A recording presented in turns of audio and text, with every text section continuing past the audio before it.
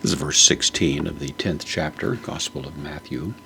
We're in the midst of the instructions that Jesus provides to his disciples. He's given them instruction about houses that are worthy or unworthy, shaking off the dust, that sort of thing. Now he gives them some warning about how they should be watchful of their surroundings. It seems to be the general idea. So we have here idu. This is an interjection. It means behold or watch, be aware.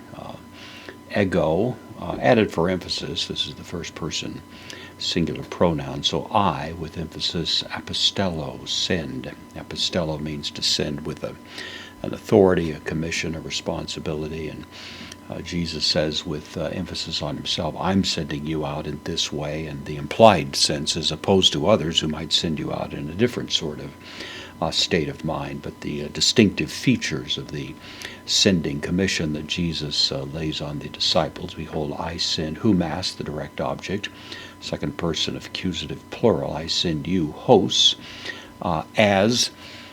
This is a particle. It means it introduces a comparison, and that's what we have here as probata, from probaton. It's a sheep. This is the plural, so I send you as sheep. This is the plural accusative. En, preposition, takes the dative. Here's the dative of the noun meso, which means midst. So I send you out as sheep in the midst of, or in the middle of. Lukon, from lukos, the word for wolf.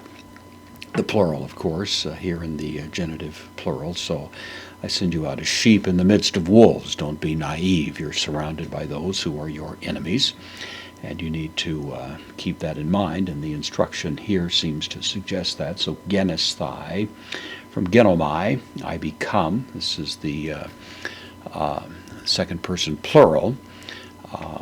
It's the present middle in form, active in meaning, imperative. So become un, postpositive, phronemoi. Phronemoi is a word that means wise, but it is distinguished from words like sophos or sophia, which means wise in a more reflective sense, or even sunetos, which has to do with wise in the sense of being able to evaluate your situation, pull things together.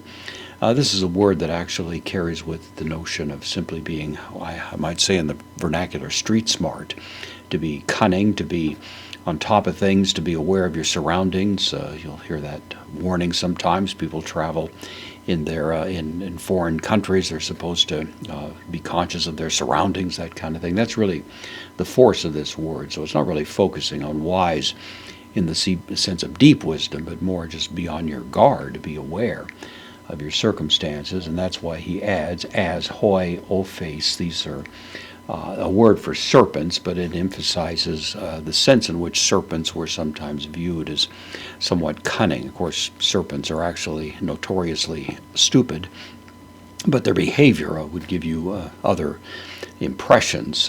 They appear to be cunning. They appear to be keeping an eye on things. They can make a rapid escape in the sense, in the situation where they think they're threatened. And so be street smart like serpents, if I could put it in kind of more modern terminology. So become that way. And also kai, akareoi, the balancing idea.